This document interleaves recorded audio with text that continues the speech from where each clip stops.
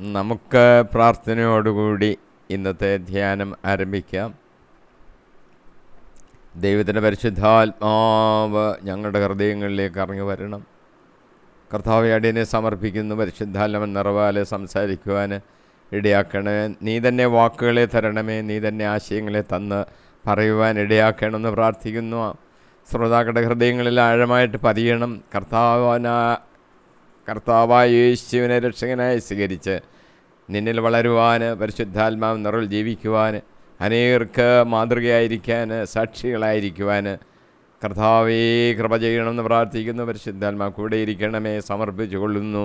യേശു കർത്താവിൻ്റെ നാമത്തിൽ തന്നെ ആമീൻ.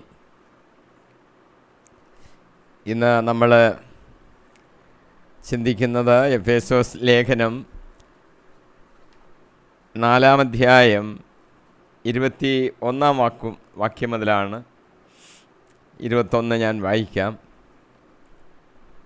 നിങ്ങൾ യേശുവിനെക്കുറിച്ച് കേൾക്കുകയും സത്യം തന്നിലായിരിക്കുന്നത് പോലെ തന്നെ അവൻ നിങ്ങളെ പഠിപ്പിക്കുകയും ചെയ്തിട്ടുണ്ടല്ലോ.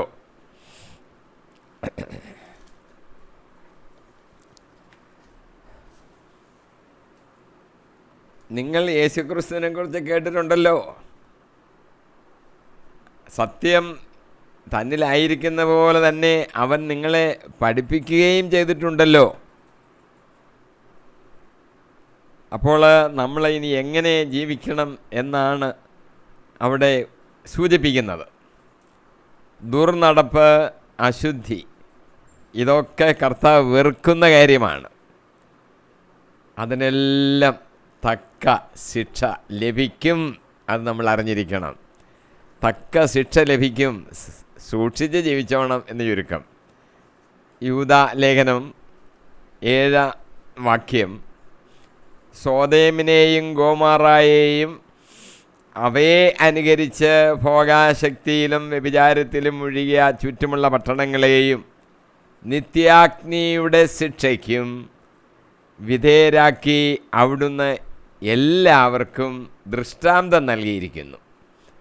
സോദോം ഗൊമോറ നമ്മൾ എപ്പോഴും വായിച്ച് കേട്ടിട്ടുള്ള കാര്യമാണ്. അവിടുത്തെ ദുഷ്പ്രവർത്തികൾ, ഭോഗാശക്തി, വ്യഭിചാരം, അഗ്നി ഇറക്കി അവരെ ദഹിപ്പിച്ചു. ചുറ്റുമുള്ള ചില പട്ടണങ്ങളും അവരെ പോലെ തന്നെ ജീവിച്ചവരാ. അതെല്ലാം നശിപ്പിച്ച് കളഞ്ഞു. നിത്യ അഗ്നിയിലേക്ക് അവരെ അങ്ങ് മാറ്റിയിരിക്കുക. അത് എന്തിനാണ് അവിടെ അങ്ങനെ ചെയ്തത്? നമുക്കെല്ലാവർക്കും ഒരു മാതൃകയാക്കി അത് കാണിച്ചു തന്നതാണ്. എല്ലാവരെയും അങ്ങ് ശിക്ഷിക്കുന്നില്ലയോ എന്നൊക്കെ നമ്മൾ ചോദിച്ചേക്കാം. ഒരു മാതൃക ഇവിടെ കാണിച്ചു തന്നിട്ടുണ്ട്. അശുദ്ധിയെക്കുറിച്ച് കർത്താവ് നമ്മളെ പഠിപ്പിക്കുന്നു. മത്തായി 5-ാം അധ്യായം 28-ാം വാക്യം, ഞാൻ നിങ്ങളോട് പറയുന്നു, ആസക്തിയോടെ സ്ത്രീയെ നോക്കുന്നവൻ ഹൃദയത്തിൽ അവളുമായി വ്യഭിചാരം ചെയ്തു കഴിഞ്ഞു. പ്രവൃത്തിയുടെ അനുഭവത്തിൽ വരുമ്പോൾ മാത്രമേ പാപമാകുന്നുള്ളൂ എന്നൊരു ചിന്ത യഹൂദരുടെ ഇടയിലും ഉണ്ടായിരുന്നു. മറ്റ് ജാതികളുടെ, ഗ്രീക്കുകാരുടെ ഇടയിലുമൊക്കെ അങ്ങനെ ഒരു ചിന്തയുണ്ട്. പാപം പ്രവൃത്തിയിൽ വരുമ്പോൾ മാത്രമേ പാപമാകുന്നുള്ളൂ എന്നൊരു ചിന്ത. യഹൂദന്മാരും കൽപ്പനകളെയൊക്കെ അങ്ങനെ വ്യാഖ്യാനിച്ചിരുന്നു. അപ്പോഴാണ് കർത്താവ് പറയുന്നത്, ആസക്തിയോടെ സ്ത്രീയെ നോക്കുന്നവൻ ഹൃദയത്തിൽ അവളുമായി വ്യഭിചാരം ചെയ്ത് കഴിഞ്ഞു. കണ്ണ് നിനക്കിടർച്ചയ്ക്ക് കാരണമാകുന്നെങ്കിൽ ചൊഴിഞ്ഞെടുത്ത് എറിഞ്ഞ് കളയാനാണ് കർത്താവ് പറഞ്ഞിരിക്കുന്നത്. നോക്കിയാൽ അവിടെ പാപമായി കഴിഞ്ഞു. വിവാഹം എന്ന് പറയുന്നത് മാന്യമായൊരു കാര്യമാണ്.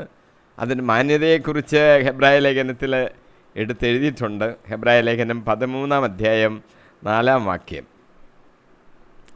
എല്ലാവരുടെയും ഇടയിലും വിവാഹം മാന്യമായി കരുതപ്പെടട്ടെ, മണവറ മലിനമാകാതിരിക്കട്ടെ, കാരണം അസാന്മാർഗികളെയും വ്യഭിചാരികളെയും ദൈവം വിധിക്കും.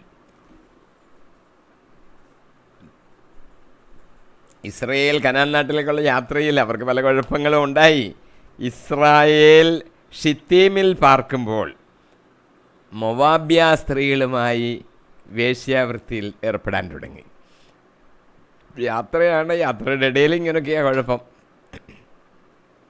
സംഖ്യാപുസ്തകം 25-ാം അധ്യായം 5 ഇങ്ങനെ എഴുതിയിരിക്കുന്നു, മോശ ഇസ്രയേലിലെ ന്യായാധിപരോട് പറഞ്ഞു, നിങ്ങൾ ഓരോരുത്തരും പെയോറിലെ ബാലിൻ്റെ അടിമകളായി തീർന്ന നിങ്ങളുടെ ആളുകളെ വധിക്കുക. വെച്ചേക്കണ്ട, ഇനി വധിച്ച് കളഞ്ഞേര്. ഇത്ര വലിയ കഠിനമായ ശിക്ഷയാണ് കൊടുക്കുന്നത് എന്നോർത്താണ്. അവിശ്വസ്തത കാണിക്കാതിരിക്കുവാൻ ദൈവം മലാക്കി പ്രവാചകനിലൂടെ നമ്മളോട് കൽപ്പിച്ചിട്ടുണ്ട്. മലാക്കി 2:15 പറയുന്നു, ഏക ശരീരവും ഏകാത്മാവുമായിട്ടാണ് നിങ്ങളെ ദൈവം സൃഷ്ടിച്ചത്. ദൈവം നമ്മളെ സൃഷ്ടിച്ചത് ദൈവഭക്തരായ സന്താനങ്ങളെ അല്ലാതെ എന്താണ് ദൈവം ആഗ്രഹിക്കുന്നത്? ഏക ശരീരമായിട്ട് ദൈവം കൂട്ടിച്ചേർത്തു. ദൈവം ആഗ്രഹിക്കുന്നത് ഒന്നേ ഉള്ളൂ, ഒരു കാര്യമേ ഉള്ളൂ, ദൈവഭക്തരായ സന്താനങ്ങളെ അവർ ദൈവത്തിന് കൊടുക്കണം. ഇതേ ദൈവം ആഗ്രഹിക്കുന്നുള്ളൂ. അതുകൊണ്ട് യൗവനത്തിലെ ഭാര്യയോട് അവിശ്വസ്തത കാണിക്കാതിരിക്കുവാൻ ശ്രദ്ധിക്കുവീൻ. യാക്കോബ് അപ്പോസ്തലൻ നമ്മളോട് ഇങ്ങനെ ആഹ്വാനം ചെയ്യുന്നുണ്ട്. യാക്കോബ് 1-ാം അധ്യായം 21-ാം വാക്യം, ആകയാൽ എല്ലാ അശുദ്ധിയും വർദ്ധിച്ചു വരുന്ന തിന്മയും ഉപേക്ഷിച്ച് നിങ്ങളിൽ പാകിയിരിക്കുന്നതും നിങ്ങളുടെ ആത്മാക്കളെ രക്ഷിക്കാൻ കഴിവുള്ളതുമായ വചനത്തെ വിനയപൂർവം സ്വീകരിക്കുവീൻ. അപ്പോൾ അശുദ്ധി വർദ്ധിച്ചു വരുന്നുണ്ട്, അതിനെ നീക്കിക്കളയണം, തിന്മയെ നീക്കിക്കളയണം. യാക്കോബ് എഴുതിയിരിക്കുന്ന വാചകത്തിൽ ഒരു കാര്യം നമ്മൾ ശ്രദ്ധിക്കാനുണ്ട്. നിങ്ങളിൽ പാകിയിരിക്കുന്നതും നിങ്ങളുടെ ആത്മാക്കളെ രക്ഷിക്കാൻ കഴിവുള്ളതുമായ വചനത്തെ നമ്മൾ സ്വീകരിക്കണം. ഈ വചനത്തിനുള്ളൊരു പ്രത്യേകത, അത് ആത്മാക്കളെ രക്ഷിക്കുവാൻ കഴിവുള്ളതാണ്. ആത്മാക്കളെ രക്ഷിക്കാൻ കഴിവുള്ളതാണ് ഈ വചനം. അപ്പോൾ ഈ വചനം കേൾക്കുന്നത് കൊണ്ട് ഒരു കുഴപ്പമില്ല, സമയം പോകുന്നൊന്നും വിചാരിക്കാനില്ല. ആത്മാക്കളെ രക്ഷിക്കാനുള്ളതാണ് ഈ വചനം. ഇന്ന് തന്നെയുമല്ല, അത് നിങ്ങളിൽ പാകിയിരിക്കുന്നു, വിതച്ചിരിക്കുകയാണ്. മുള്ളുകളുടെ ഇടയിൽ വീണാൽ ഞെരിഞ്ഞു പോകും. ജീവിത വ്യഗ്രത പാടില്ല. അത് നിങ്ങളുടെ ഹൃദയത്തിൽ പാകിയതാണ്. നല്ല വിത്ത് നല്ല ഹൃദയത്തിൽ പാകിയിരിക്കുകയാണ്. നിങ്ങളുടെ ഹൃദയം നല്ലതായിട്ട് സൂക്ഷിച്ചോണം, നല്ല നിലമാക്കി കാത്തു സൂക്ഷിക്കണം. ഇവിടെ എടുത്തു പറഞ്ഞത് വിനയപൂർവ്വം സ്വീകരിക്കുവീൻ. കിട്ടിയതല്ലേ, എനിക്ക് കിട്ടിയതാണെന്ന് പറഞ്ഞ് അഹങ്കരിക്കണ്ട. ദൈവം തന്നതാണെന്ന് ഓർക്കണം. അത് നമ്മൾ സ്വീകരിക്കുമ്പോൾ വിനയപൂർവ്വം സ്വീകരിക്കണം. അടുത്ത വാക്യം വായിക്കാം, 22-ാമത്തെ വാക്യം. നിങ്ങളുടെ പഴയ ജീവിത രീതിയിൽ നിന്ന് രൂപം കൊണ്ട വഞ്ചന നിറഞ്ഞ ശക്തികളാൽ കലുഷിതമായ പഴയ മനുഷ്യനെ ദൂരെറിയുവീൻ. പഴയ മനുഷ്യനെ എന്ത് ചെയ്യണം? ദൂരെറിയണം. ബൈബിൾ നമുക്ക് നൽകിയിരിക്കുന്ന ദിവ്യമായ ചില നിർദ്ദേശങ്ങളുണ്ട്. പഠിപ്പിക്കുക, രോഗശാന്തി നൽകുക, പിശാചുക്കളെ പുറത്താക്കുക, പാപമോചനം നൽകുക എന്നിവയെല്ലാം യേശു തൻ്റെ പരസ്യ ജീവിതകാലത്ത് നിറവേറ്റി. മത്തായി, ലൂക്കോസ് സുവിശേഷങ്ങളിൽ കാണുന്ന അഷ്ടസൗഭാഗ്യങ്ങളെക്കുറിച്ച് യേശു നമ്മളെ പഠിപ്പിച്ചു. അത് വിശദീകരിച്ചു തന്നു. ഉപമകൾ വഴി ധാരാളം കാര്യങ്ങൾ കർത്താവ് പഠിപ്പിച്ചു. താൻ ക്രിസ്തു ആണെന്ന് കർത്താവ് പറഞ്ഞു. തൻ്റെ ബലിയർപ്പണം മൂലം സകല മനുഷ്യരുടെയും പാപപരിഹാരം ബലിയാണ് താൻ അർപ്പിക്കാൻ പോകുന്നത് എന്ന് കർത്താവ് വ്യക്തമാക്കി. താൻ കൊല്ലപ്പെടുമെന്നും എന്നാൽ 3-ാം നാൾ ഉയർത്തെഴുന്നേൽക്കുമെന്നും മുൻകൂട്ടി തന്നെ കർത്താവ് പറഞ്ഞ പ്രകാരം തന്നെ കർത്താവ് ഉയർത്തെഴുന്നേറ്റു. 40-ാം ദിവസം സ്വർഗാരോഹണം ചെയ്തു. തന്നെ രക്ഷകനായി വിശ്വസിച്ച് ഏറ്റുപറയുന്നവർക്ക് പാപമോചനമുണ്ടെന്നും അവർ സ്വർഗരാജ്യത്തിന് അവകാശികളാണെന്നും ആ വാർത്തയാണ് സുവിശേഷം എന്നുള്ള കാര്യവും യേശു നമ്മളോട് പഠിപ്പിച്ചു. ഈ വാർത്ത ഭൂമിയുടെ അതിർത്തികൾ വരെ എത്തിക്കുക എന്നുള്ളതാണ് നമ്മുടെ ദൗത്യം. നമുക്കൊരു ദൗത്യമില്ലാതെ വെറുതെ വീട്ടിലിരിക്കുകയാണെന്നല്ല നമ്മൾ വിചാരിക്കേണ്ടത്. നമുക്കൊരു ദൗത്യം കർത്താവ് തന്നിട്ടുണ്ട്. സുവിശേഷം ലോകത്തിൻ്റെ അതിർത്തികൾ വരെയും എത്തിക്കുക. അങ്ങനെയാകുമ്പോൾ പഴയ മനുഷ്യനെ നമ്മൾ ദൂരെ എറിയണം. കാര്യം ഒരു പുതിയ കാര്യം നമ്മൾ പഠിപ്പിക്കുക. യേശുക്രിസ്തുവിനെ ധരിച്ച് നമ്മൾ ജീവിക്കുകയും സുവിശേഷം അറിയിക്കുകയും ചെയ്യണം. അതുകൊണ്ട് ഈ പഴയ മനുഷ്യനെ അങ്ങ് എറിഞ്ഞു കളയാൻ പറയുന്നത്. പഴയ നമ്മുടെ ജീവിത രീതിയെ നമ്മൾ ഉപേക്ഷിക്കണം, അതിനെ വിട്ടകലണം. ജോബിൻ്റെ പുസ്തകം നോക്കിയാൽ 11:14 നിൻ്റെ കൈകൾ അകൃത്യം ചെയ്യുന്നെങ്കിൽ അത് നീക്കിക്കളയുക. നിൻ്റെ കൂടാരത്തിൽ ദുഷ്ടത കുടിപാർക്കാതിരിക്കട്ടെ. നിൻ്റെ കൂടാരത്തിൽ ദുഷ്ടത കുടിപാർക്കാതിരിക്കട്ടെ. ഹെബ്രായ ലേഖനം 12:12 പറയുന്നു, തളർന്ന കൈകളെയും ബലമില്ലാത്ത കാൽമുട്ടുകളെയും ശക്തിപ്പെടുത്തുവീൻ. മുടന്തുള്ള പാദങ്ങൾ സന്ധി വിട്ട് ഇടറിപ്പോകാതെ ഇരിക്കാൻ തക്കവണ്ണം സുഖപ്പെടുത്തുവീൻ. അവയ്ക്ക് നേർവഴികളെ ഒരുക്കുവീൻ. ദൈവദൃഷ്ടിയിൽ ഉത്കൃഷ്ടമായത് വേണം നമ്മൾ പ്രവർത്തിക്കുവാൻ. മനുഷ്യരുടെ ദൃഷ്ടിയിൽ നല്ലതെന്ന് പറയുന്നതിനെ അല്ല, ദൈവദൃഷ്ടിയിൽ ഏതാണ് ഉത്കൃഷ്ടം അതാണ് നമ്മൾ ശ്രദ്ധിക്കേണ്ടത്. യേശു കർത്താവ് ഇങ്ങനെ നമ്മളോട് പറഞ്ഞിരിക്കുന്നു. ലൂക്കോസ് 16:15 മനുഷ്യരുടെ മുമ്പിൽ നിങ്ങൾ നിങ്ങളെ തന്നെ നീതീകരിക്കുന്നു, എന്നാൽ ദൈവം നിങ്ങളുടെ ഹൃദയങ്ങളെ അറിയുന്നു. മനുഷ്യർക്ക് ഉത്കൃഷ്ടമായത് ദൈവദൃഷ്ടിയിൽ നികൃഷ്ടമാണ്. മനുഷ്യരുടെ ചിന്തയിൽ വലുതാണെന്നങ്ങ് ചിന്തിക്കും, ദൈവത്തിൻ്റെ ദൃഷ്ടിയിൽ നികൃഷ്ടമായ കാര്യങ്ങളായിരിക്കും. അത് നമ്മൾ മനസ്സിലാക്കിക്കണം. ഈ തമ്മിലൊരു വ്യത്യാസമുണ്ട്. യേശുക്രിസ്തുവിനെ ധരിച്ചു കൊള്ളുവാൻ പറയുന്നത് അവൻ അനിവാര്യനായതുകൊണ്ടാണ്. ഈ ധരിക്കണം നമ്മൾ പറഞ്ഞത് സമയം കിട്ടുമെങ്കിൽ അങ്ങനെ ചെയ്യാം എന്നുള്ളതല്ല. അനിവാര്യനാണ്. യേശുക്രിസ്തു ധരിച്ചേ പറ്റുള്ളൂ. ആയതുകൊണ്ട് തികച്ചും ഒഴിച്ചുകൂടാൻ പാടില്ലാത്ത ഒരു നിർദ്ദേശമായി പറഞ്ഞത് യേശുക്രിസ്തുവിനെ ധരിച്ചു കൊള്ളുവീൻ. അതിൻ്റെ കാരണങ്ങൾ, ഒന്ന്, അവനാണ് ഏകരക്ഷകൻ. വേറെ രക്ഷകനൊന്നുമില്ല. വേറെ ആരുടെയെങ്കിലും അടുത്ത് പോകേണ്ട കാര്യവുമില്ല. ചിലർക്ക് നേരിട്ട് കർത്താവിൻ്റെ സന്നിധിയിൽ ചെല്ലാൻ വയ്യാത്തത് കൊണ്ട് അവർ വേറെ വഴിക്കൂടൊക്കെ പോകും. വഴിതെറ്റിപ്പോയാൽ ആ ലക്ഷ്യവും തെറ്റുമെന്നുള്ളത് മനസ്സിലാക്കിക്കോണം. യോഹന്നാന് 3:16 അവനിൽ വിശ്വസിക്കുന്ന ഏവനും നശിച്ചു പോകാതെ നിത്യജീവൻ പ്രാപിക്കേണ്ടതിന് വേണ്ടി തൻ്റെ ഏകജാതനെ നൽകുവാൻ തക്കവിധം ദൈവം ലോകത്തെ അത്രമാത്രം സ്നേഹിച്ചു. യേശുക്രിസ്തു നമ്മുടെ അടുത്തോട്ട് വരുവാൻ തക്കവണ്ണം ദൈവം നമ്മെ സ്നേഹിച്ചു.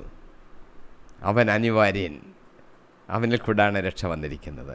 ലോകത്തെയാ സ്നേഹിച്ചത്.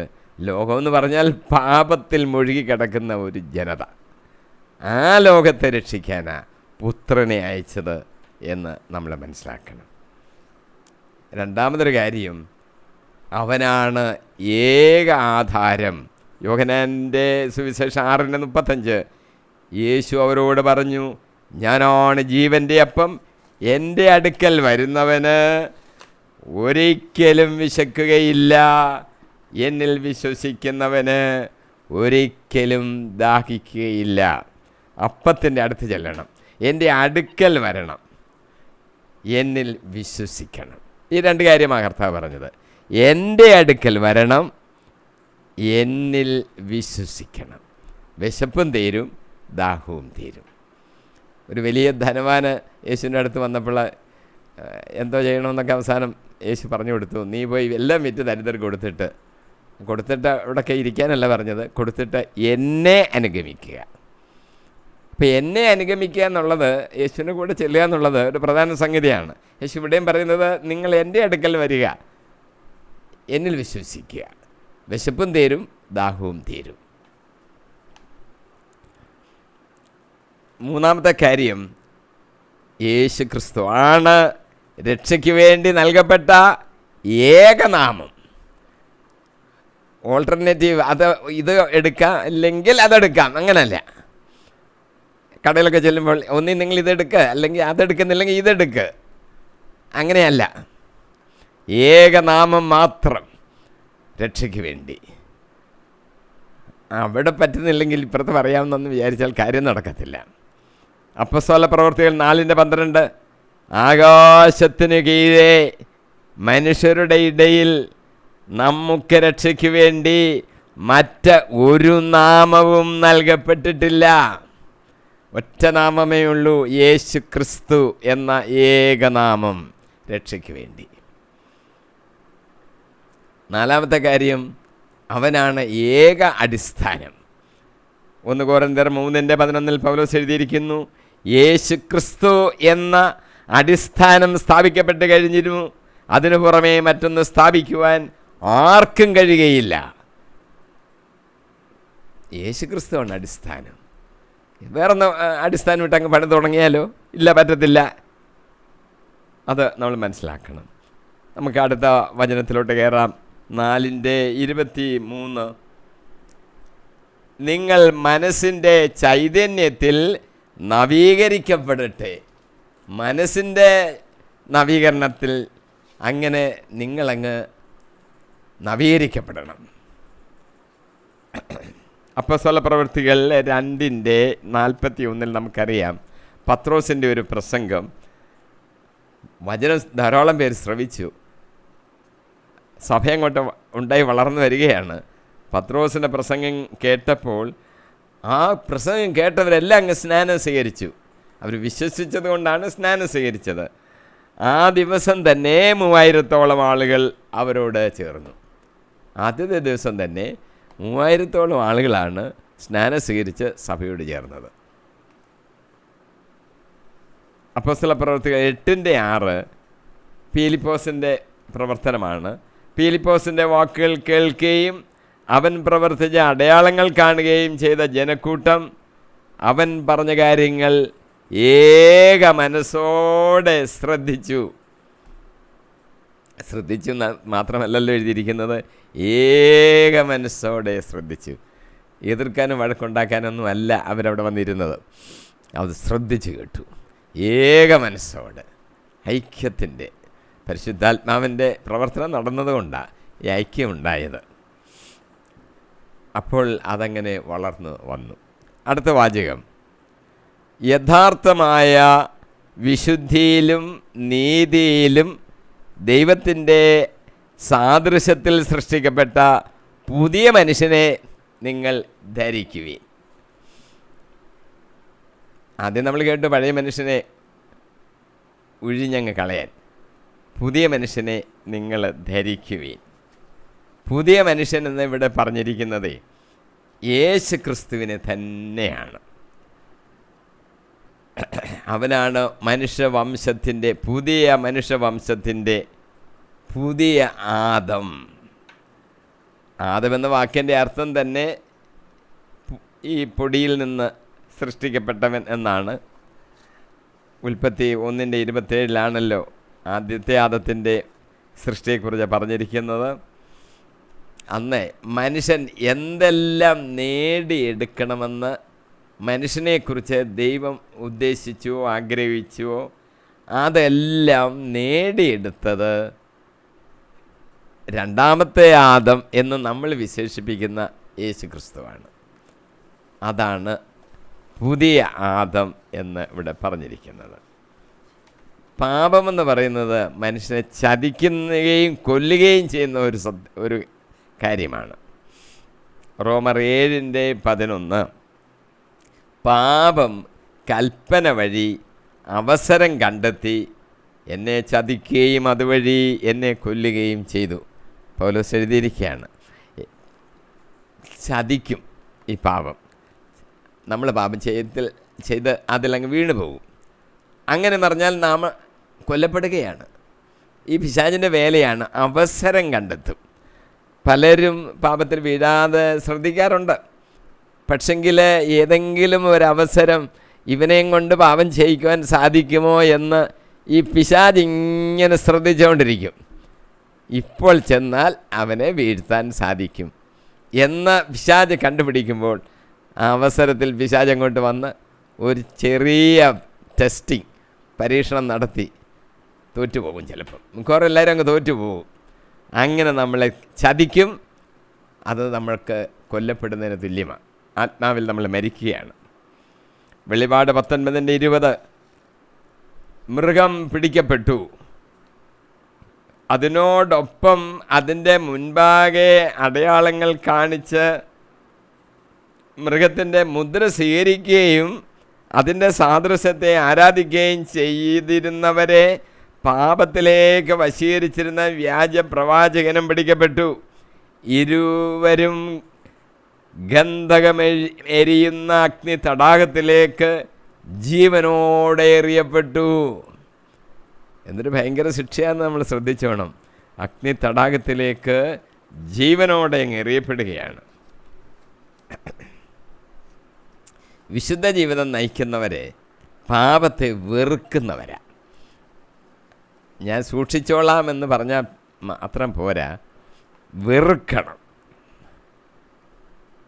അങ്ങനെ വെറുത്താൽ പിന്നെ അതിലോട്ട് നമ്മൾ പോകാൻ സാധ്യത കുറവാണ്. വെറുക്കണം. സങ്കീർത്തനം 101:3 നീചമായ ഒന്നിലും ഞാൻ കണ്ണുവയ്ക്കുകയില്ല, വഴിപിഴച്ചവരുടെ പ്രവൃത്തി ഞാൻ വെറുക്കുന്നു, അതിൻ്റെ പിടിയിൽ ഞാൻ അകപ്പെടുകയില്ല. തീരുമാനമാണ്, ഞാൻ അതിലകപ്പെടുകയില്ല. സുഭാഷിതങ്ങൾ 8:7 പറയുന്നു, ഞാൻ സത്യം വചിക്കും, തിന്മ എൻ്റെ അധരങ്ങൾക്ക് അരോചകമാണ്. പാപം ചെയ്തു പോയവരോട് യേശു കർത്താവ് പറഞ്ഞത് എന്താണെന്നറിയാവോ? ഇനി മേലാൽ പാപം ചെയ്യരുത്, ഇനി മേലാൽ പാപം ചെയ്യരുത്. യേശു രോഗികളെ സുഖപ്പെടുത്തും, കാഴ്ചയില്ലാത്തവർ കാഴ്ച കൊടുക്കുന്നു. പക്ഷേ ഒരു ആഹ്വാനം നടത്തുന്നുണ്ട് യേശു, ഇനിയും മേലാൽ പാപം ചെയ്യരുത്. ഇതുവരെയുള്ളത് ക്ഷമിച്ചു കൊടുക്കുന്നു, പക്ഷേ ഇനി ചെയ്യല്ലേ എന്ന കൽപ്പന. യെരുസലേമിൽ അജകവാടത്തിൻ്റെ അടുത്ത് ബെത്സദ എന്ന കുളത്തിനരികിൽ കിടന്നിരുന്ന രോഗിയെ യേശു സുഖപ്പെടുത്തി. അവൻ കിടക്കയും എടുത്ത് നടന്നു.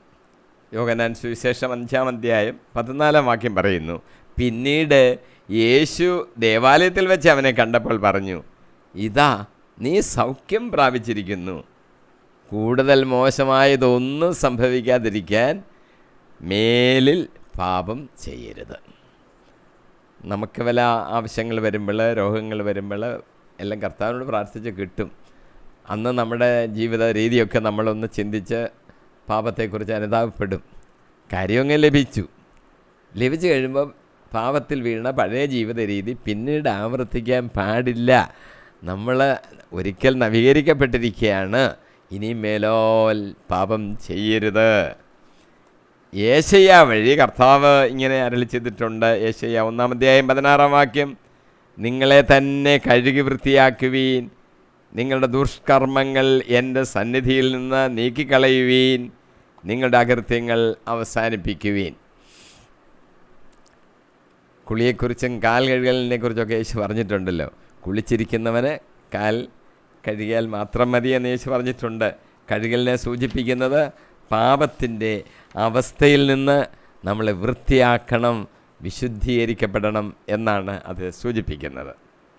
പാപം ചെയ്തിട്ട് എന്തെങ്കിലും ഒഴികഴിവ് പറഞ്ഞ് നമുക്ക് രക്ഷപ്പെടാനൊക്കത്തില്ല. പാപം ഒഴികഴിവ് ഇല്ലാത്തതാണ്.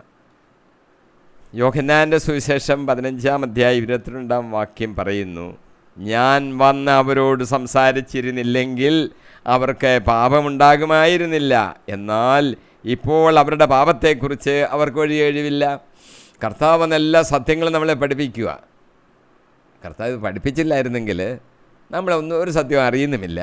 അറിയാൻ വയ്യാത്തതുകൊണ്ട് അങ്ങ് തെറ്റ് ചെയ്തു എന്ന് വേണേൽ നമുക്കൊന്ന് ഒഴിവൊഴിവ് പറയാം. പക്ഷെ ഇപ്പോഴത് പറയാനൊക്കത്തില്ല. നമ്മളെല്ലാം കേട്ടിട്ടും അനുസരിക്കുന്നില്ല. ഒഴിവൊഴിവ് പറയാനൊക്കത്തില്ല. റോമാലേഖനം 1:18-20 മനുഷ്യരുടെ സകല ദുഷ്ടതയ്ക്കും അനീതിക്കും എതിരായി ദൈവത്തിൻ്റെ ക്രോധം ആകാശത്തിൽ നിന്ന് പ്രത്യക്ഷപ്പെടുന്നു. അവർ തങ്ങളുടെ അനീതിയിൽ സത്യത്തെ തളച്ചിടുന്നു. 20-ാം വാക്യം, ലോകസൃഷ്ടി മുതൽ ദൈവത്തിൻ്റെ അദൃശ്യ പ്രകൃതി, അതായത് അവിടുത്തെ അനന്തശക്തിയും ദൈവത്വവും സൃഷ്ട വസ്തുക്കളിലൂടെ സ്പഷ്ടമായി അറിഞ്ഞിട്ടുണ്ട്.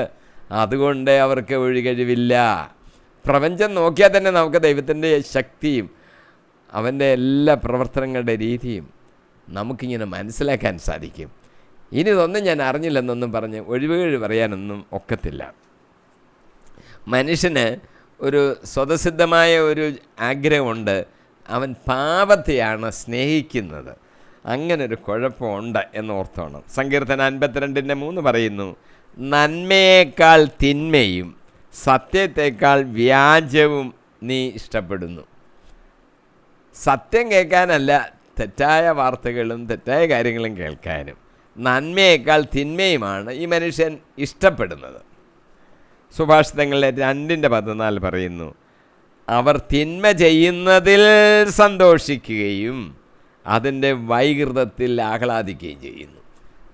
തിന്മ ചെയ്യുമ്പോൾ അതിലങ്ങ് സന്തോഷിക്കുക, വൈകൃതം അതിൽ ആഹ്ലാദിക്കുക. ഈ പാപത്തിന് ഒരു വശീകരണ ശക്തി ഉണ്ട്. ഉൽപ്പത്തി 3:6 പഴം പറിച്ചു തിന്ന കാര്യമാണ്. ഹവ്വ പറിച്ചു. കാരണം എന്താണ്? ആ വൃക്ഷത്തിൻ്റെ പഴം ആസ്വാദ്യവും കണ്ണിന് കൗതുകകരവും അറിവേകാൻ കഴിവും എന്നതിനാൽ അഭികാമ്യവുമാണെന്ന് കണ്ട് അവളത് പറിച്ചു തിന്നു. ഭർത്താവിനും കൊടുത്തു, അവനും തിന്നു. ആസ്വാദ്യമാണ്, കണ്ണിന് കൗതുകകരമാണ്, അറിവേകാൻ കഴിയും. ഇതൊക്കെയാണ് അവിടെ ചിന്ത. കണ്ണിനങ്ങ് നല്ലതാണെന്ന് തോന്നിയാൽ ഉടനങ്ങ് ആകർഷണമാണ്. റോമർ 5:12 എഴുതിയിരിക്കുന്നു, ഒരു മനുഷ്യൻ മൂലം പാപവും പാപം മൂലം മരണവും ലോകത്തിൽ പ്രവേശിച്ചു, അപ്രകാരം എല്ലാവരും പാപം ചെയ്തതുകൊണ്ട് മരണം എല്ലാവരിലും വ്യാപിച്ചു. ലോകത്തിൽ എല്ലാവരും മരിക്കുന്നത് എന്താണ്? പാപമാണ് അതിൻ്റെ മൂലകാരണം. നമ്മൾക്ക് ഇനി അതൊന്നും പോരാ. പുതിയ മനുഷ്യനെ വേണം ധരിക്കാൻ. പഴയതെല്ലാം കളയണം. നമുക്ക് പരിശുദ്ധാത്മാവിൻ്റെ ശക്തിയും പുതുക്കവും ഉണ്ടാകണം. സങ്കീർത്തനം 51:10 പറയുന്നു, ദൈവമേ നിർമ്മല ഹൃദയം എനിക്ക് തരണമേ, അചഞ്ചലമായ ഒരു നവചൈതന്യം എന്നിൽ നിക്ഷേപിക്കണമേ. പരിശുദ്ധാത്മാവിനെ തരണമേ എന്ന വാക്കിൻ്റെ ഉള്ളടക്കം കൊളോസോസ് 3:10 പറയുന്നു, സമ്പൂർണ്ണ ജ്ഞാനം കൊണ്ട് സൃഷ്ടാവിൻ്റെ പ്രതിച്ഛായക്കനുസൃതമായി നവീകരിക്കപ്പെടുന്ന പുതിയ മനുഷ്യനെ ധരിക്കുവീൻ. പൗലോസ് പറഞ്ഞിരിക്കുകയാണ്. റോമർ 12:2 പൗലോസ് വീണ്ടും പറയുന്നു, നിങ്ങൾ ഈ ലോകത്തിന് അനുരൂപരാകരുത്, പ്രത്യുത നിങ്ങളുടെ മനസ്സിൻ്റെ നവീകരണം വഴി രൂപാന്തരപ്പെടുവീൻ. ദൈവഹിതം എന്തെന്നും നല്ലതും പ്രീതിജനകവും പരിപൂർണവുമായത് എന്തെന്നും വിവേചിച്ചറിയാൻ അപ്പോൾ നിങ്ങൾക്ക് സാധിക്കും. നവീകരിക്കപ്പെടണമെന്ന് ഉള്ള ആഹ്വാനമാണ്. പലർക്കുമേ പല കാര്യങ്ങൾ വരുമ്പോൾ ഏതാണ് തിരഞ്ഞെടുക്കേണ്ടതെന്ന് അറിയത്തില്ല. നല്ലതേതാ, പ്രീതിജനകമായതേതാ, പരിപൂർണമായതേതാ എന്ന് മുന്നിലിരിക്കുന്ന കാര്യങ്ങളിൽ നിന്ന് വേർതിരിച്ചറിയുവാൻ പലർക്കും കഴിയത്തില്ല. അതിന് ഒരു ഉത്തരമാണ് ഇവിടെ കൊടുത്തിരിക്കുന്നത്, നിങ്ങളുടെ മനസ്സിൻ്റെ നവീകരണം വഴി രൂപാന്തരപ്പെടണം. ദൈവഹിതം എന്തെന്ന്, നല്ലതെന്തെന്ന്, ദൈവത്തിന് പ്രീതിജനകമായത് എന്തെന്ന്, പരിപൂർണമായത് എന്തെന്ന് വിവേചിച്ചറിയുവാൻ അപ്പോൾ നിങ്ങൾക്ക് സാധിക്കും. നമ്മളൊന്ന് നവീകരിക്കപ്പെട്ടിരുന്നാൽ ഈ കാര്യം നമുക്ക് സാധിക്കും. എന്താണ് നമ്മൾ തിരഞ്ഞെടുക്കേണ്ടത്, ദൈവഹിതം എന്താണ് നമുക്ക് മനസ്സിലാകും. വിശ്വാസി ഒരു പുതിയ മനുഷ്യനാണ്. സങ്കീർത്തനം 40:3 പറയുന്നു, അവിടുന്ന് ഒരു പുതിയ ഗാനം എൻ്റെ അധരങ്ങളിൽ നിക്ഷേപിച്ചു. നമ്മുടെ ദൈവത്തിനൊരു സ്തോത്രഗീതം പലരും കണ്ടു ഭയപ്പെടുകയും കർത്താവിൽ ശരണം വയ്ക്കുകയും ചെയ്യും. ദാവീദ് രാജാവ് പ്രവാചകൻ, അദ്ദേഹമാണല്ലോ ഈ സങ്കീർത്തനങ്ങളൊക്കെ എഴുതിയിരിക്കുന്നത്. അദ്ദേഹം പറയുകയാണ്, ഒരു പുതിയ ഗാനം എൻ്റെ അധരങ്ങളിൽ നിക്ഷേപിച്ചു. നമ്മുടെ ദൈവത്തിന് ഒരു സ്തോത്രഗീതം, ഒരു പുതിയ ഗാനമാണ്, അതൊരു സ്തോത്രഗാനമാണ്. അല്ല, നമ്മുടെ മക്കളെ, യുവജനങ്ങളെ, നമ്മുടെ ഇടയിലെ, നമ്മുടെ സഭയിലെ തന്നെ യുവജനങ്ങളെ, അവർ അധരങ്ങൾ കൊണ്ട് ഏത് പാട്ടാണ് പാടുന്നത്? പള്ളി വരുമ്പോൾ, പ്രാർത്ഥനാ യോഗങ്ങളൊക്കെ കൂടുമ്പോൾ പാട്ട് അതിൽ നമ്മൾ അച്ചടിച്ച് വെച്ചിട്ടുണ്ടല്ലോ, അതൊക്കെ പാടും. പക്ഷെ സാധാരണയായിട്ട് അവർ ഏത് പാട്ടിലാണ് ഇഷ്ടപ്പെട്ടിരിക്കുന്നത്? അവരുടെ വായ അങ്ങോട്ട് തുറന്നാൽ ഏത് പാട്ടാണ് വരുന്നത്? സിനിമയിലൊക്കെ കേൾക്കുന്ന ആ പാട്ടുകളൊക്കെയാണോ? മറ്റു ധാരാളം പാട്ടുകളൊക്കെ ഇവിടെ പ്രചരിച്ചിട്ടുണ്ടല്ലോ. ഇതൊക്കെയാണോ? മാതാപിതാക്കന്മാർ ശ്രദ്ധിച്ചോണം എന്ന് മാത്രമേ ഞാനിവിടെ പറയുന്നുള്ളൂ. സ്തോത്രഗീതമാണോ അവരുടെ അധരങ്ങളിൽ നിന്ന് പുറത്തേക്ക് വരുന്നത് എന്ന് ശ്രദ്ധിക്കാനുള്ള ചുമതല മാതാപിതാക്കന്മാർക്കുണ്ട്. റോമർ 6:4 പൗലോസ് വീണ്ടും നമ്മളോട് പറയുന്നു, അവൻ്റെ മരണത്തോട് നമ്മെ ഐക്യപ്പെടുത്തിയ ജ്ഞാനസ്നാനത്താൽ നാം അവനോടൊത്ത് സംസ്കരിക്കപ്പെട്ടു. ക്രിസ്തു മരിച്ചതിന് ശേഷം പിതാവിൻ്റെ മഹത്വത്തിൽ ഉയർത്തെഴുന്നേറ്റതുപോലെ നാമും പുതിയ ജീവിതം നയിക്കേണ്ടതിനാണ് അവനോടൊത്ത് സംസ്കരിക്കപ്പെട്ടത്. ജ്ഞാനസ്നാനത്തിൻ്റെ ഒരു സൂചന അവിടെ പൗലോസ് പറഞ്ഞിട്ടുണ്ട്. നാം വെള്ളത്തിലോട്ട് ഇറങ്ങി അത് സംസ്കരിക്കപ്പെടുന്നു എന്നുള്ള അർത്ഥത്തിലാണ്. എന്തിന്? പഴയ ജീവിതം സംസ്കരിച്ചു, പുതിയ ഒരു ജീവിതം നയിക്കണം. അതിനുവേണ്ടിയാണ് നമ്മൾ അടക്കപ്പെട്ടത്, വെള്ളത്തിലേക്ക് ഇറങ്ങിയത് എന്നാണ് ഇവിടെ സൂചിപ്പിക്കുന്നത്. യേശു ക്രിസ്തു നമുക്ക് വേണ്ടി ക്രൂശിതനായി അടക്കപ്പെട്ടു. പഴയ മനുഷ്യനെ നമ്മൾ ഉരിഞ്ഞ് കളയണം. ഇതാണ് അതിൻ്റെ സൂചന. ഇനി നമ്മൾ ജീവിക്കുന്നത് ഒരു പുതിയ മനുഷ്യനായിട്ടായിരിക്കണം. അടുത്ത വാചകത്തിലോട്ട് നമുക്ക് കയറാം. 4:25. ആകയാൽ വ്യാജ്യം വെടിഞ്ഞ് എല്ലാവരും തങ്ങളുടെ അയൽക്കാരോട് സത്യം സംസാരിക്കണം. കാരണം നാം ഒരേ ശരീരത്തിൻ്റെ അവയവങ്ങൾ ആണ്.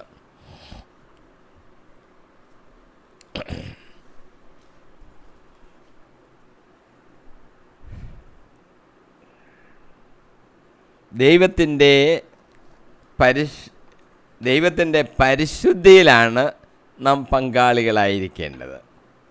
എബ്രായ ലേഖനം 12:10 ഭൗതിക പിതാക്കന്മാർ തങ്ങളുടെ ഇഷ്ടമനുസരിച്ച് കുറച്ച് സമയം നമ്മെ പരിശീലിപ്പിച്ചു.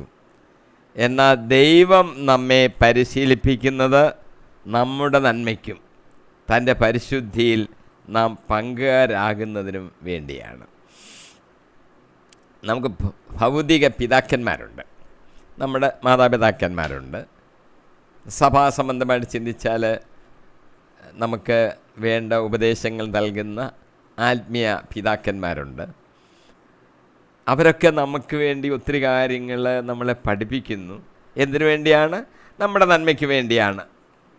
നമ്മുടെ നന്മയ്ക്ക് വേണ്ടിയാണ് പറയുന്നതെന്നെങ്കിലും ഒരു ചിന്ത നമുക്ക് വരണം. പറയുന്നത് അനുസരിക്കത്തില്ല പലരും. അവരെ മാതാപിതാക്കന്മാർ അവരുടെ പ്രായമുള്ളവരല്ലേ, അവരങ്ങനെയൊക്കെ പറയും എന്നാണ് ചില കുട്ടികളുടെ ചിന്ത. അങ്ങനെയല്ല, നമ്മുടെ നന്മയ്ക്ക് വേണ്ടിയാണ് മാതാപിതാക്കന്മാർ ഇതൊക്കെ പറഞ്ഞു തരുന്നത്. എന്നാൽ ഇവിടെ സൂചിപ്പിക്കുന്ന ഒരു കാര്യം, അവരൊക്കെ കുറച്ച് സമയത്തേക്ക് മാത്രമാണ് നമുക്ക് വേണ്ടി ഇതൊക്കെ ചെയ്തു തരുന്നത്. കാരണം മരണം അവരെ പിടികൂടുമല്ലോ. അപ്പോൾ കുറേ വർഷം അവരൊക്കെ നമ്മുടെ കുറച്ച് സമയം അവർ നമ്മളെ ഇതിനെല്ലാം പരിശീലിപ്പിക്കും. എന്നാൽ ദൈവം നമ്മളെ പരിശീലിപ്പിക്കുന്നുണ്ട് എന്ന് നമ്മൾ മനസ്സിലാക്കണം. അത് കുറച്ച് നാളത്തേക്കല്ല, അത് എപ്പോഴും നമ്മുടെ ജീവിതകാലം മുഴുവനും നമുക്ക് പരിശീലനം നൽകിക്കൊണ്ടിരിക്കുകയാണ്. ഇസ്രായേൽ ജനത്തെ മൊത്തമായിട്ട് ചിന്തിച്ചാൽ അവരെ ദൈവം അബ്രാഹത്തിൻ്റെ കാലം മുതലേ വേർതിരിച്ചെടുക്കുന്നു. കഷ്ടതകളും അടിമത്തമൊക്കെ ഉണ്ടാകുന്ന കാരണം എന്താണ്? പരിശീലിപ്പിക്കുക. ആ മരുഭൂമി യാത്ര 40 വർഷം എടുത്തത് എന്തെല്ലാം കാര്യങ്ങളാണ് തരണം ചെയ്തു പോയത്. എന്തിനാണ് അങ്ങനെയൊക്കെ കൊണ്ടുപോയത്? പരിശീലിപ്പിക്കുക. എന്തിനാണ് അവർ 400 അല്ലെങ്കിൽ 430 വർഷം ഈജിപ്തിൽ അടിമകളായിരുന്നത്? പരിശീലിപ്പിക്കുക, ജീവിതത്തിൽ ഒരു പരിശീലനം നടത്തുക കർത്താവിൻ്റെ ഒരു ക്രമമാണ്. ആ പരിശീലനത്തിൽ നമ്മൾ തളർന്നു പോകരുത്. അങ്ങനെ പരിശീലിപ്പിക്കുന്നത് എന്തിനാണ്? നമ്മുടെ നന്മയ്ക്ക് വേണ്ടിയാണ്. ഒന്ന്. രണ്ടാമത് പറഞ്ഞിരിക്കുന്നത് ദൈവത്തിൻ്റെ പരിശുദ്ധിയിൽ നാം പങ്കുകാരാകുന്നതിന് വേണ്ടിയാണ്. പരിശുദ്ധിയിൽ നമുക്കൊരു പങ്ക് ലഭിക്കും.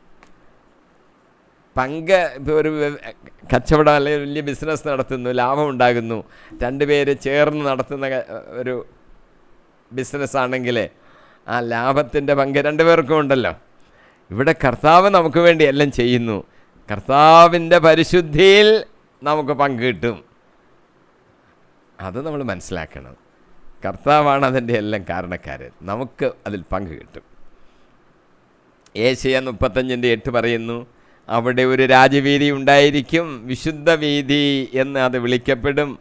അശുദ്ധർ അതിലേക്കൂടെ കടക്കുകയില്ല, ഭോഷർക്ക് പോലും അവിടെ വഴിതെറ്റുകയില്ല, അവിടെ സിംഹം ഉണ്ടായിരിക്കുകയില്ല. വരാനിരിക്കുന്ന ഒരു രാജവീതി വിശുദ്ധ വീതി എന്നാണ് അത് വിളിക്കപ്പെടുന്നത്. അങ്ങനൊരു മാറ്റം സംഭവിക്കണം. ലേവ്യ പുസ്തകം 11:45 ഇങ്ങനെ എഴുതിയിരിക്കുന്നു, നിങ്ങളുടെ ദൈവമായിരിക്കേണ്ടതിന് ഈജിപ്തിൽ നിന്ന് നിങ്ങളെ നയിച്ച കർത്താവ് ഞാനാകുന്നു, നിങ്ങൾ പരിശുദ്ധരായിരിക്കുവീൻ, എന്തെന്നാൽ ഞാൻ പരിശുദ്ധനാണ്. ദൈവമാണല്ലോ അവരോട് പറയുന്ന ഒരു കാര്യം.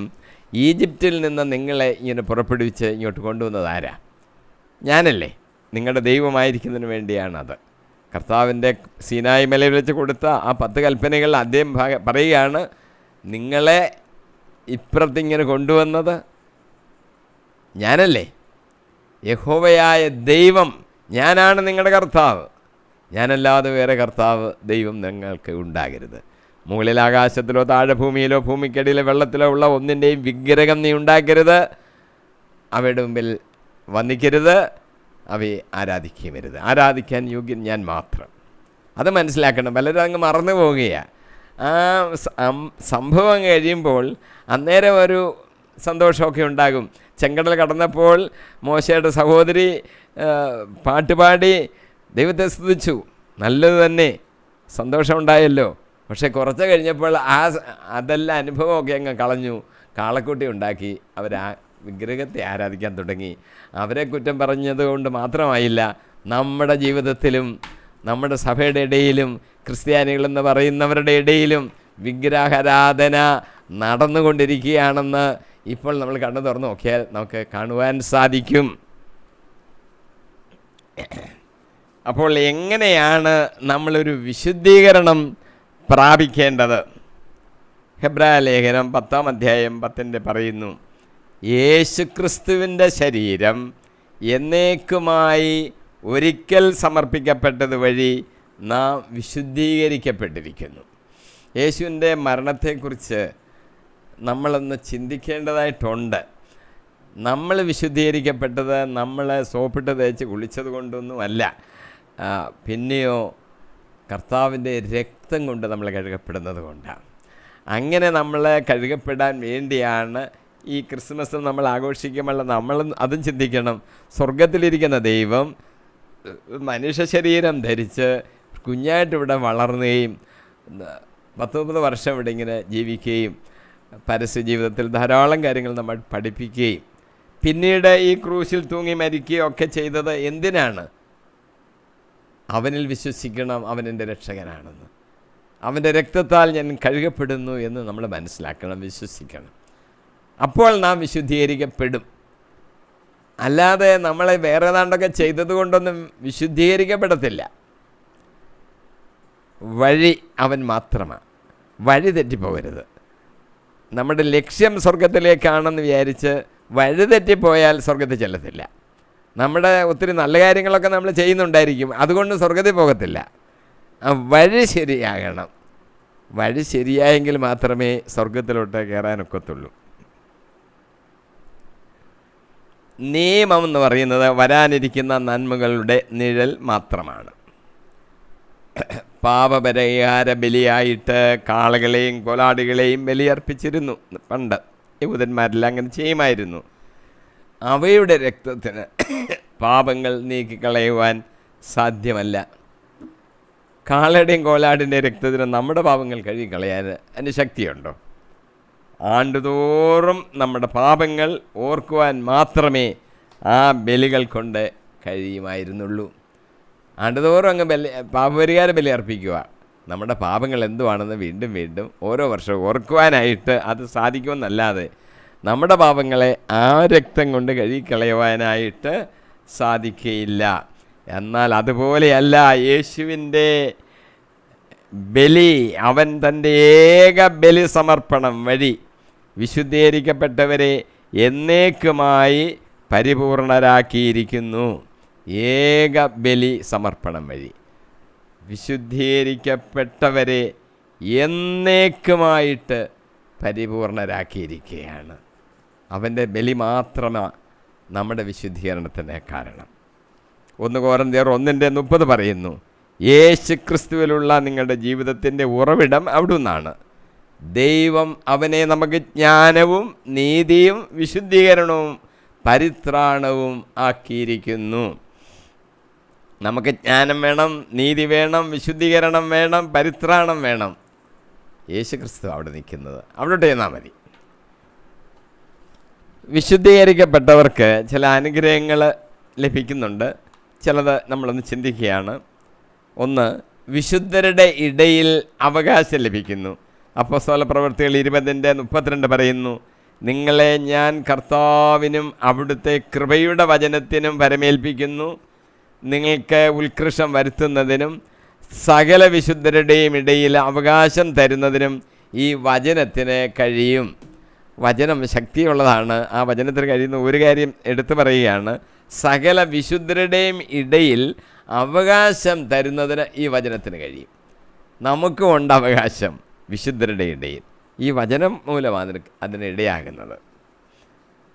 രണ്ടാമതൊരു കാരണം, യേശു ക്രിസ്തുവിൻ്റെ സഹവാസത്തിലേക്ക് നമ്മളെ വിളിച്ചിരിക്കുകയാണ്. 1 കൊരിന്ത്യർ 1:9 തൻ്റെ പുത്രനും നമ്മുടെ കർത്താവുമായ യേശു ക്രിസ്തുവിൻ്റെ സഹവാസത്തിലേക്ക് നിങ്ങളെ വിളിച്ച ദൈവം വിശ്വസ്തനാണ്. നമ്മളെ വിളിച്ചിരിക്കുകയാണ്. മൂന്നാമത്തെ ഒരു കാര്യം, യേശു ക്രിസ്തു നമ്മളെ സഹോദരർ എന്ന് വിളിക്കുന്നു. ഒരു കാര്യം ശ്രദ്ധിച്ചാൽ അറിയാം, ഉയർപ്പിന് മുമ്പ് യേശു ശിഷ്യന്മാരെയൊക്കെ സ്നേഹിതർ എന്നാണ് വിളിച്ചിരുന്നത്. ഉയർപ്പിന് ശേഷം യേശു സഹോദരർ എന്ന വാക്കാണ് ഉപയോഗിക്കുന്നത് എന്ന് നമ്മൾ ശ്രദ്ധാപൂർവ്വം വായിച്ചാൽ നമുക്ക് കാണുവാൻ സാധിക്കും. എബ്രായ ലേഖനം 2:11 വിശുദ്ധീകരിക്കുന്നവനും വിശുദ്ധീകരിക്കപ്പെടുന്നവരും ഉത്ഭവിക്കുന്നത് ഒരുവനിൽ നിന്ന് തന്നെ, അതിനാൽ അവരെ സഹോദരർ എന്ന് വിളിക്കുവാൻ അവൻ ലജ്ജിച്ചില്ല. നമ്മളെ നോക്കി സഹോദരൻ എന്ന് യേശു കർത്താവ് വിളിക്കുന്നു. അത് നമ്മൾ ഓർക്കണം. സഹോദര എന്നാണ് വിളിക്കുന്നത്. നമ്മുടെ ജീവിതത്തിലെ വ്യതിയാനങ്ങൾ നവീകരണം വരണമല്ലോ. അപ്പോൾ നമ്മൾ പാലിക്കേണ്ട ഒരു കാര്യമാണ് ഇനി നമ്മൾ ചിന്തിക്കുന്നത്, അയൽക്കാരനോട് സത്യം സംസാരിക്കണം. വ്യാജം വെടിഞ്ഞ് സത്യം സംസാരിക്കുക. സുഭാഷിതങ്ങൾ 12:19 പറയുന്നു, സത്യസന്ധമായ വാക്ക് എന്നേക്കും നിലനിൽക്കുന്നു, വ്യാജമായ വാക്ക് ക്ഷണികമാണ്. എന്നേക്കും നിലനിൽക്കുന്നത് സത്യസന്ധമായ വാക്കുകളാണ്. യേശുക്രിസ്തു സത്യമാണല്ലോ. യേശുക്രിസ്തുവിൻ്റെ വാക്കുകൾക്ക് മാറ്റമില്ലല്ലോ. കാരണം അത് എന്നേക്കും നിലനിൽക്കും. കാരണം അവൻ സത്യമാണ്. സത്യമല്ലാത്തൊരു വാക്ക് നമ്മുടെ വായിൽ നിന്ന്, അധരങ്ങളിൽ നിന്ന് പുറത്ത് വരരുത്. ദൈവസത്യമായതുകൊണ്ട് നമ്മൾ ആ പരിപൂർണതയിലായിരിക്കണം. തമാശന് വേണ്ടി ഒന്ന് പറയാമെന്നൊന്നും ആരും വിചാരിക്കരുത്. വല്ലപ്പോഴും തമാശ പറഞ്ഞ് കള്ളം പറയുന്ന ഒരാളല്ല യേശു ക്രിസ്തു. നമ്മൾ അവനെ പോലെ പരിപൂർണരായിരിക്കണം. തമാശന് പോലും വായിൽ നിന്ന് വ്യാജമായ ഒന്നും പുറപ്പെടരുത്. എല്ലാം പ്രകാശമാണെങ്കിൽ എൻ്റെ ഇരുട്ട് എവിടെയെങ്കിലും ഒരു പോയിൻ്റിൽ ഇരുട്ട് വരാൻ പാടുണ്ടോ? പാടില്ല. എല്ലാം പരിപൂർണമായും പ്രകാശമായിരിക്കണം. സഫാനിയ 3:13 എഴുതിയിരിക്കുന്നു, ഇസ്രയേലിൽ അവശേഷിക്കുന്നവർ തിന്മ ചെയ്യുകയില്ല, വ്യാജം പറയുകയില്ല, അവരുടെ വായിൽ വഞ്ചന നിറഞ്ഞ നാവ് ഉണ്ടായിരിക്കുകയില്ല, അവർ സുഖമായി മേയുകയും വിശ്രമിക്കുകയും ചെയ്യും, ആരും അവരെ ഭയപ്പെടുത്തുകയില്ല. സക്കറിയ പ്രവാചകൻ 8:16 എഴുതിയിരിക്കുന്നു, ഇതാണ് നിങ്ങൾ ചെയ്യേണ്ടത്. പരസ്പരം സത്യം പറയുക, നഗര കവാടങ്ങളിൽ സത്യസന്ധമായ ന്യായം വിധിക്കുക, അങ്ങനെ സമാധാനം സ്ഥാപിക്കുക. ഈ വാക്യം നമ്മളൊന്ന് ശ്രദ്ധിച്ചാൽ നമുക്കൊരു കാര്യം മനസ്സിലാകും. സത്യസന്ധമായി ന്യായം വിധിക്കണം. ഈ വിധിയൊക്കെ വരുമ്പോൾ, കോടതിയിൽ നിന്നൊക്കെയുള്ള വിധി വരുമ്പോൾ ജനങ്ങൾക്കൊരു നിരീക്ഷണമുണ്ട്, അത് ശരിയായുള്ളൊരു വിധിയായിരുന്നു അല്ലയോ എന്നൊക്കെ. സത്യസന്ധമായിട്ടാണ് വിധി നടത്തിയാൽ, എന്നോട് ചേർന്ന് പറയുന്നു, അങ്ങനെ സമാധാനം സ്ഥാപിക്കാം. സമാധാനം ഇല്ലാത്തൊരവസ്ഥ സൃഷ്ടിക്കും വിധി ന്യായരഹിതമാണെങ്കിൽ. ജനങ്ങൾക്ക് എതിർപ്പുണ്ടാകും. എന്നാൽ സമാധാനമുണ്ടാകണമെങ്കിൽ നഗര കവാടങ്ങളിൽ സത്യസന്ധമായ ന്യായവിധി ഉണ്ടായിരിക്കണം. ഇനിയും നമ്മൾ കർത്താവിനെ സേവിക്കുന്നത് പരമാർത്ഥതയോടുകൂടി ആയിരിക്കണം. നവീകരിക്കപ്പെട്ട ജീവിതക്കാരോടാണ് പറയുന്നത്. ജോഷുവ 24:14 പറയുന്നു, ആകയാൽ കർത്താവിനെ ഭയപ്പെടുകയും ആത്മാർത്ഥതയോടും വിശ്വസ്തയോടും കൂടെ അവിടുത്തെ സേവിക്കുകയും ചെയ്യുവീൻ. ഈജിപ്തിലും നദിക്കക്കരെയും നിങ്ങളുടെ പിതാക്കന്മാർ സേവിച്ചിരുന്ന ദേവന്മാരെ ഉപേക്ഷിച്ച് കർത്താവിനെ സേവിക്കുവീൻ. ഈജിപ്തിൽ വെച്ച് അവർക്ക് മണ്ടത്തരം പറ്റി, നദിക്ക് അക്കരെയും അങ്ങനെ പറ്റി, മറ്റ് പല ദേവന്മാരെയൊക്കെ അങ്ങ് ആരാധിക്കുക. അവിടുത്തെ ആൾക്കാരൊക്കെ അങ്ങനെ ചെയ്യുന്നതുകൊണ്ട് അതുപോലെ അങ്ങ് ചെയ്യുക. അവർ ചെയ്യുന്നത് നമ്മൾ ചെയ്യുന്നതിന് എന്താ കുറ്റമെന്നാണ് ചോദിക്കുന്നത്. ഇപ്പോഴും നമ്മുടെ ഇടയിലും അങ്ങനെയൊക്കെ അങ്ങ് നടക്കുകയാണ്. കർത്താവ് പറയുന്നു, അതെല്ലാം ഉപേക്ഷിച്ച് കർത്താവിനെ സേവിക്കുവീൻ. 1 യോഹന്നാൻ 3:18 കുഞ്ഞുമക്കളെ, വാക്കിലും സംസാരത്തിലുമല്ല നാം സ്നേഹിക്കേണ്ടത്, പ്രവൃത്തിയിലും സത്യത്തിലുമാണ്. നമ്മൾ സ്നേഹിക്കുന്നതൊക്കെ കള്ളം പറയരുത്. നമ്മളൊരു വാചകമൊക്കെ അടിക്കും, വാക്കിലും സംസാരത്തിലും സ്നേഹിക്കുന്നു എന്ന് കാണിക്കും. അങ്ങനൊരു നാട്യമല്ല വേണ്ടത്. പ്രവൃത്തിയിലും സത്യത്തിലും നമ്മൾ സ്നേഹിക്കണം. നമ്മുടെ ഹൃദയം കർത്താവിനോട് ചേർന്ന് നിൽക്കണം. സങ്കീർത്തനം 78:36-37 പറയുന്നു, എങ്കിലും അവരുടെ സ്തുതി കപടമായിരുന്നു, അവരുടെ നാവിൽ നിന്ന് വന്നത് നുണയായിരുന്നു, അവരുടെ ഹൃദയം അവിടുത്തോട് ചേർന്ന് നിന്നില്ല, അവിടുത്തെ ഉടമ്പടിയോട് വിശ്വസ്തത പുലർത്തിയില്ല. സുഭാഷിതങ്ങൾ 26:23-24 മലിനഹൃദയം മറച്ചു വയ്ക്കുന്ന മധുരവാക്കുകൾ മൺപാത്രത്തിൻ്റെ പുറത്തെ മിനുക്കുപണി പോലെയാണ്. മനസ്സിൽ വിദ്വേഷമുള്ളവൻ വാക്കുകൊണ്ട് സ്നേഹം നടിക്കുകയും ഹൃദയത്തിൽ വഞ്ചന പുലർത്തുകയും ചെയ്യുന്നു. പറയുമ്പോൾ നാട്യമായിട്ട് സ്നേഹം നടിക്കും, പക്ഷേ ഹൃദയത്തിൽ വഞ്ചന നിറഞ്ഞിരിക്കുകയുമാണ്. ഈ അവസ്ഥ നമുക്ക് പറ്റിയതല്ല, ചേർന്നതല്ല എന്ന് നമ്മൾ മനസ്സിലാക്കണം. നമ്മുടെ വിശുദ്ധമായൊരു ജീവിതമാണ് നമുക്കുണ്ടായിരിക്കേണ്ടത്. ന്യായമായ ഒരു സാമാന്യം നല്ല ജീവിതം നയിക്കുക എന്നുള്ളതല്ല ഒരു ക്രിസ്ത്യാനിയെക്കുറിച്ച് പ്രതീക്ഷിക്കുന്നത്. വിശുദ്ധ ജീവിതമാണ്. ചിലരെയൊക്കെ വിശുദ്ധരെന്ന് പ്രഖ്യാപിക്കുന്നുണ്ടല്ലോ. എല്ലാവരും വിശുദ്ധരായിരിക്കണം എന്നുള്ളതാണ് കർത്താവ് ആഗ്രഹിക്കുന്നത്. തിളങ്ങുന്ന ഒരു വിശുദ്ധ ജീവിതം ഉണ്ടായിരിക്കണം. സങ്കീർത്തനം 34:5 പറയുന്നു, അവിടുത്തെ നോക്കിയവർ പ്രകാശിതരായി അവർ ലജ്ജിതരാവുകയില്ല. നോക്കുമ്പോൾ മുഖം പ്രകാശിക്കുകയാണ്. മോശയുടെ മുഖം പ്രകാശിച്ചതിനെക്കുറിച്ച് നമ്മൾ ചിന്തിച്ചിട്ടുണ്ട്. സഭാപ്രസംഗി 8:1 ജ്ഞാനിയെപ്പോലെ ആരുണ്ട്, പൊരുളറിയുന്നവൻ ആരുണ്ട്, ജ്ഞാനം മുഖത്തെ പ്രകാശിപ്പിക്കുന്നു. ദൈവത്തിൻ്റെ ജ്ഞാനം നമ്മളിലോട്ട് ഇച്ചിരി പകരുമ്പോൾ നമ്മുടെ മുഖം പ്രകാശിക്കും. ദാനിയേൽ 12:3 പറയുന്നു, ജ്ഞാനികൾ ആകാശവിധാനത്തിൻ്റെ പ്രഭ പോലെ തിളങ്ങും. ജ്ഞാനി എന്നൊക്കെ പറയുമ്പോൾ ദൈവത്തിൻ്റെ ജ്ഞാനമാണ്, ദൈവത്തെക്കുറിച്ചുള്ള ജ്ഞാനം. അല്ലാതെ ഇവിടെ സയൻസിലെ ജ്ഞാനത്തെക്കുറിച്ചല്ല, ദൈവവുമായിട്ട് ബന്ധപ്പെടുന്ന കാര്യമാണ് ഈ ജ്ഞാനമെന്നുള്ള വാക്കുകൊണ്ട് ബൈബിൾ കൂടുതലായിട്ട് ഉദ്ദേശിക്കുന്നത്. അപ്പോൾ അങ്ങനെ ആകുമ്പോൾ ആകാശവിധാനത്തിൽ പ്രഭ പോലെ തിളങ്ങും അവരുടെ മുഖം. അനേകരെ നീതിയിലേക്ക് നയിക്കുന്നവർ നക്ഷത്രങ്ങളെ പോലെ എന്നും പ്രകാശിക്കും.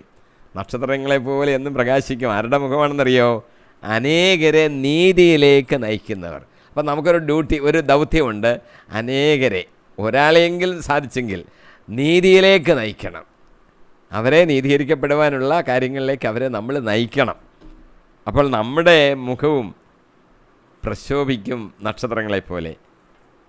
സ്വതന്ത്രന്മാരുടെ ഒരു സിനഗോഗെന്നും പറഞ്ഞ് യഹൂദന്മാരുടെ ഒരു സ്വതന്ത്രന്മാരുടെ സിനഗോഗ് ഉണ്ടായിരുന്നു.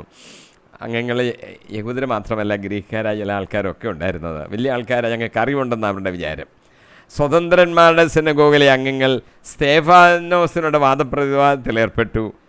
എതിർത്തു നിൽക്കാൻ അവർക്ക് കഴിഞ്ഞില്ല. അവർ അവനെ ബന്ധിച്ച ന്യായാധിപ സംഘത്തിൻ്റെ മുമ്പിൽ കൊണ്ടുവന്നു. അപ്പോസ്തല പ്രവൃത്തികൾ 6-ാം അധ്യായം 25-ാം വാക്യത്തിൽ ഇങ്ങനെ എഴുതിയിരിക്കുന്നു: സംഘത്തിലുണ്ടായിരുന്നവർ അവന് നേരെ സൂക്ഷിച്ചു നോക്കി.